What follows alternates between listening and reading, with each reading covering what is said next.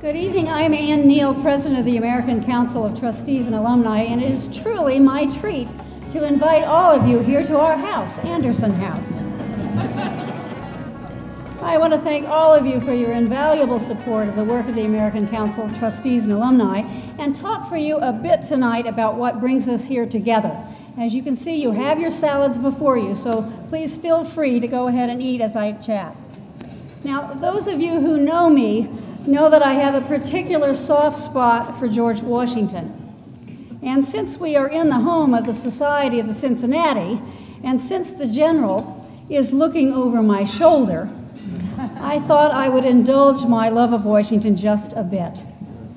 My sentiments are perfectly in unison with yours, sir, he wrote in a letter to George Chapman in 1784, that the best means of forming a manly, virtuous, and happy people will be found in the right education of youth. Without this foundation, every other means, in my opinion, must fail. Now that, in a nutshell, is the guiding philosophy of the American Council of Trustees and Alumni. Washington and the founders understood, as I know all of you understand, that more than any other country, America demands an educated citizenry. We must be educated to participate meaningfully, and in too many ways, our colleges and universities need to be doing a better job. Now, we at the American Council of Trustees and Alumni tend to think of our founding fathers, but we think of them in a way slightly differently from most, as founding trustees.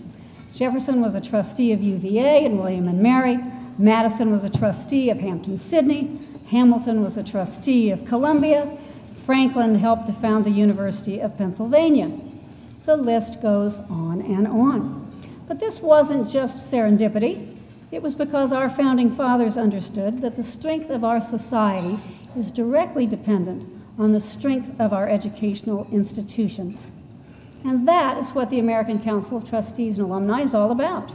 We are an organization that believes that excellence in education is critical to excellence in our society. And we are dedicated to making higher education stronger and more affordable for our young people, with a focus on rich liberal arts education. Quite frankly, we're profoundly concerned that students are graduating without the skills and knowledge they need to live successful lives in our competitive world, most especially when it comes to understanding our history and heritage.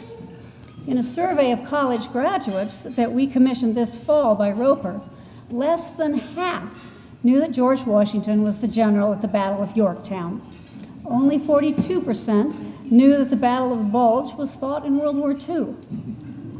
Little more than half could identify that the Constitution establishes the separation of powers. And just 17% could identify Abraham Lincoln as the author of the phrase, "of the people, by the people, for the people." And we think this should come as no surprise. Why is that? In our study, What Will They Learn?, which surveyed more than 1,000 colleges across the United States, we found that less than 20% of schools require their students to study American history or government before they graduate. Only 5% require them to study economics. Yet these are some of the essential disciplines that prepare us to govern ourselves and understand the principles that bind us together as a nation. At the American Council of Trustees and Alumni, we're dedicated to empowering trustees and others with the information and tools to turn these trends around. Yes, we're interested in problems, but we're more interested in the solutions. And our reports are designed to bring forward the facts and offer recommendations for reform. So in bullet points, what do we believe? We believe that the mission of higher education is teaching, learning, and the pursuit of truth, and that it is incumbent on faculty and administrators to point students to what they need to know. We think that political correctness is hostile to the free exchange of ideas, and that the essence of a strong education is a robust exchange. We are frankly appalled by the prevalence of speech codes which make our universities what one has described islands of oppression in a sea of freedom. We believe that the trustees are legally responsible for the financial and academic health of our institutions, and that in too many places, Need I only invoke Penn State? Trustees approach the job as an honor rather than a solemn obligation to educate students for informed participation in our society. We believe that society thrives when there is a common set of understandings, a common conversation, if you will, and that the deterioration that we have seen in our public debate can be traced to the deterioration of civil debate and discussion on many of our college campuses. In this context, in a bittersweet moment for us, I want to pay special tribute tonight to a founder of the American Council of Trustees and Alumni and a member of our original National Council, Jacques Barzun, who died at the ripe old age of 104 last month. Barzun was a wonderful man who provided not only wise counsel but financial support to the American Council of Trustees and Alumni for many years. And I should add, he also provided guidance on the use of Greek words and how we were using several words inaccurately. But Barzun eloquently noted in his book, Teacher in America and the American University, that education is obligated to impart common knowledge and common reference. He condemned what he called the gangrene of specialism in college classes that he thought would cause the, and I quote, individual mind to be doomed to solitude and the individual heart to drying up. I am pleased to say that ACTA shares that view and our work is designed to address it. We are the only organization in the country dedicated to seeing that students are provided with a rich liberal arts education and that trustees and alumni are empowered on behalf of that goal. To coin a phrase, we were founded on a simple proposition, namely that American higher education has been the finest in the world and that it should remain the finest in the world. Today, as many of you realize, we met right next door to address the challenges facing higher education. And while many speakers admitted that there were problems across the spectrum, they also made clear that ACTA's prescription for educational excellence is being adopted and endorsed by trustees, governors, policymakers around the country. It was very good news, and I want to thank those in this room who are making that possible. Now, I know we have a fair number of media folks, and I wouldn't want to brag, but the PBS NewsHour, New York Times, Wall Street Journal, and the Washington Post all have included articles recently about our work. And we have had thousands of visitors to our online college guide website, whatwilltheylearn.com, which includes a great video subtly titled The $200,000 Fraud, which I urge you to look at when you go home. So I want to thank all of you for supporting ACTA's campaign for rich liberal arts, historical literacy, and educational excellence, because our work depends on you. All of us at ACTA are immensely grateful not only to Thomas Rollins, whom we happily honor tonight, but to everyone in this room, and we are so pleased that you could come together with us to celebrate the liberal arts.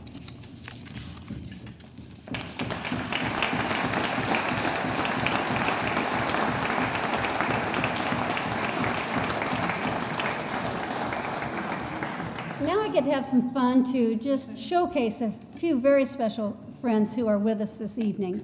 And you can stand up or wave, whatever you prefer. I'm going to start with a member of the Rollins family.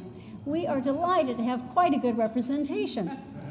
Mary and Tom Rollins, the proud parents of our award winner, who have come to us from Houston, Texas.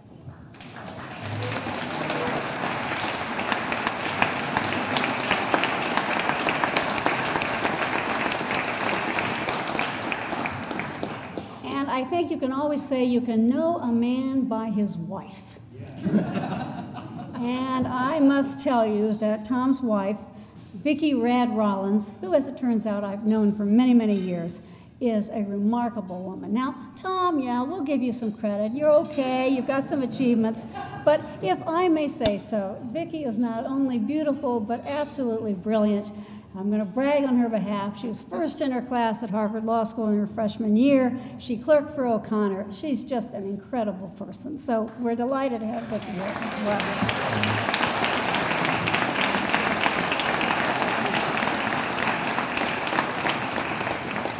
Well, those were great achievements, but frankly, there are two that are far greater. I'm really delighted to introduce them tonight because it is looking ahead to their education that motivates us today. So if I could have Thomas M.R. Rollins and Catherine Rollins stand.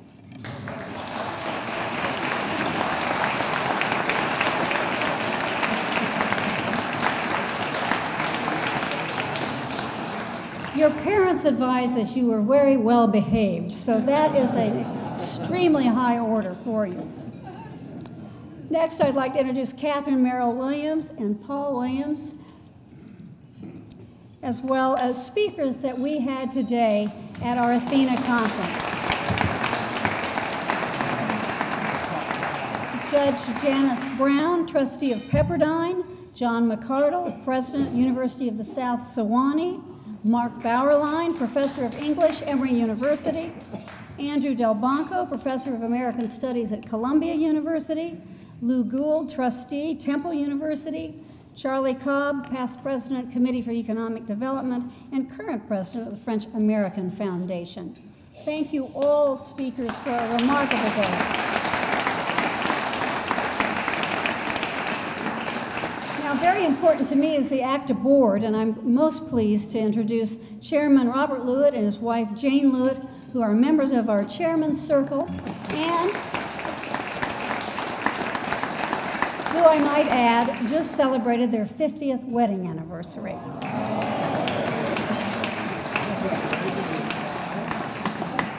John Fonte and Lee Goodman, also members of our board, and Carl Menges, who I should add is founder of the Alexander Hamilton Institute and also a member of our Decade Society.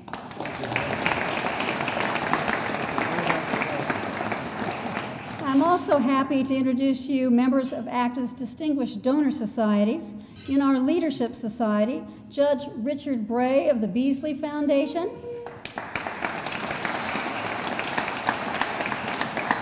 and Stephanie Smith Lee of the Sunmark Foundation.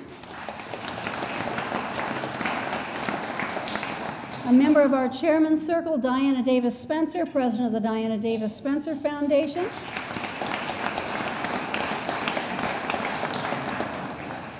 And then two people I sort of recognize, Ann Neale and the Honorable Tom Petri,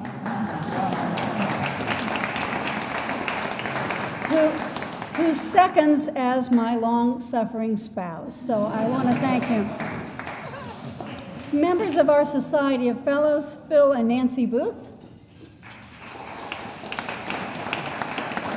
Stanley Stillman, John Wilson, and Ambassador Kurt and Ann Windsor. And last but certainly not least, members of our very distinguished selection committee, which is advisors for the Merrill Prize. Alan Charles Kurz, an extraordinary professor from the University of Pennsylvania, from whom we will hear later this evening. Peter McPherson, president of the Association of Public and Land-Grant Universities. Abigail Thernstrom, vice chair of the U.S. Commission on Civil Rights. And while he's not a member of our committee, we'll acknowledge him as well, her wonderful spouse, Stephen Thernstrom. So with that, I want to thank you all, and please enjoy your dinner. Welcome back to the fun part of the evening. The American Council of Trustees and Alumni is the only organization in the country that has an honor specifically dedicated to the advancement of liberal arts education, core curricula, and the teaching of American history and the great achievements of Western civilization. And it is to this honor that we now turn. Now, you all have in your program some wonderful bios, so I am not going to go into great detail about the wonderful people we have ahead. But in the next few minutes, you will hear from a range of individuals who, quite frankly, are remarkable in their own right. We could be giving the prize to each one of these folks who's going to be speaking. And I hope you will pay good attention to your program notes. But the one thing I can say about all of them, the one particular thing that they have in common, and they have many things not in common, but the one thing they have in common is that they adore Tom Rollins.